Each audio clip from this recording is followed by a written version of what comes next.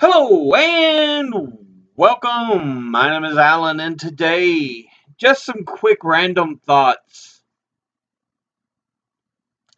about the election. Little boy Bloomberg is trying to buy the election. He's paid to have rules changed in his favor. He hasn't even been campaigning in the first four states. He acts like he's too damn good for that. And hopefully people understand enough that he's not this savior, savior of our country. He shall not be the rescue of America. I mean, honestly. Just another boy billionaire. Speaking of bitchy billionaires, the DNC, there's still a rumor that they are trying their damnedest to steal this nomination from Bernie. Still, they don't believe in actual democracy. They want, an oligarchy. It should be them ruling, not what the people decide, according to them.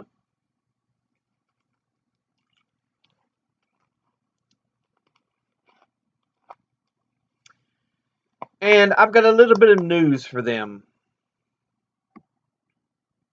There was a convention in 1968 that got a bit out of control. Let's look this up. 1968. By the way, 1968 is a fascinating year if you ever want to study it. Just so many things went wrong in America that year. One of my history professors took one class and described 1968. JFK, or not JFK, but Robert Kennedy was murdered. Um, Martin Luther King Jr. was murdered. Things were going badly in the Vietnam War. The Democratic Convention got, there was riots at the Democratic Convention. Okay, August the 26th through 29th in Chicago. The Democratic Convention.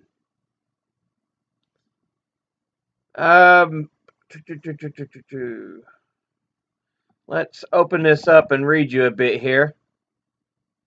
Yeah, 68 was just a horrible year altogether, though.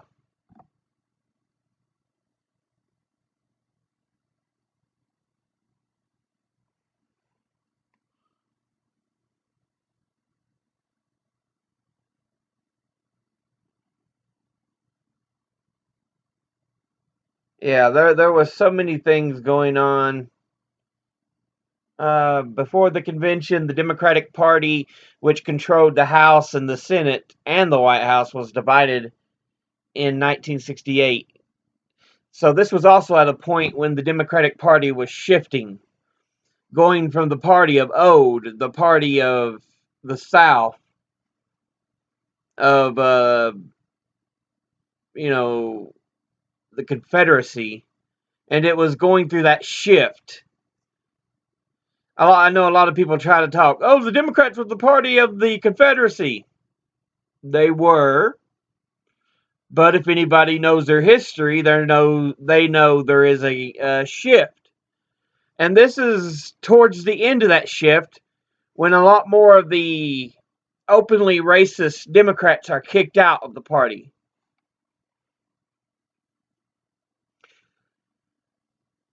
But yeah, there was a lot of division. Senator Eugene McCarthy entered the campaign in November of 67, challenging incumbent president Lyndon B. Johnson for the Democratic nomination. Robert F. Kennedy entered the race in March 68.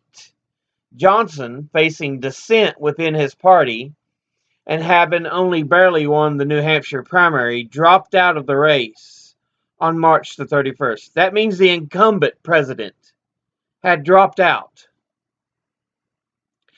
Vice President Hubert Humphrey then entered the race, but did not compete in any primaries.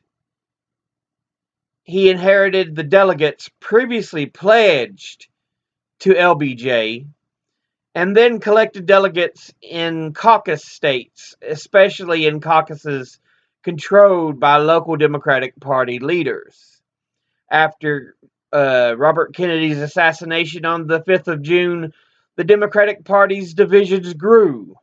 At the moment of Kennedy's death, the delegate count stood at Humphrey 861.5, Kennedy 393.5, and McCarthy 258. Kennedy's murder left his delegates uncommitted.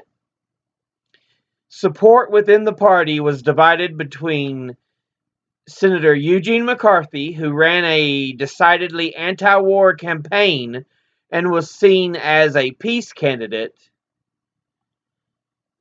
Vice President Humphrey, who was seen as a candidate representing the LBJ point of view, and Senator George McGovern, who appealed to some of the Kennedy supporters.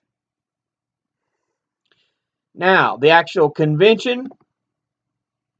Before the start of the convention on August the 26th, several states had competing slates of delegates attempting to be seated at the convention. Some of these delegate credential fights went to the floor of the convention on August the 26th, where votes were held to determine which slates of delegates representing Texas, Georgia, Alabama, Mississippi, and North Carolina would be seated at the convention. The more racially integrated challenging slate from Texas was defeated. And in the end, the Democratic Party nominated Hubert Humphrey, even though 80% of the primary votes in those slates, or in those states which held primaries, had been for anti-war candidates, which was McCarthy. The behind the scenes the delegates had defeated the peace plank by 1,567 3/4 to 1,041 1/4. How they divided a delegate into quarters, I have no clue. The loss was perceived to be the result of President Johnson and Chicago Mayor Richard Daley influencing behind the scenes. Humphrey, who had not entered any of the 13 state primary elections, won the Democratic nomination and went on to lose the election to the Republican Richard Nixon.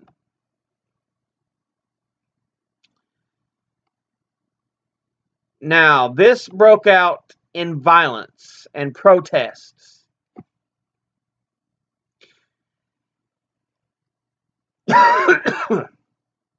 You soon had violence on the streets, everything. There were riots. And I read you this information to give you an idea of what's going on here. With them trying to steal this nomination from Bernie, they may end up with a even worse situation than 1968. A situation that'll make 1968 look like a free hugs convention if they try to steal this from Bernie. I am giving you a warning, DNC. Do not try to underhandedly cheat Bernie. It will end badly. None of his supporters want violence. But we were cheated in 2016. And if you cheat us again in 2020, you will not like the results you get. Like I said, it may be even worse than 1968. And I tell you this as a forewarning. Don't cheat Bernie.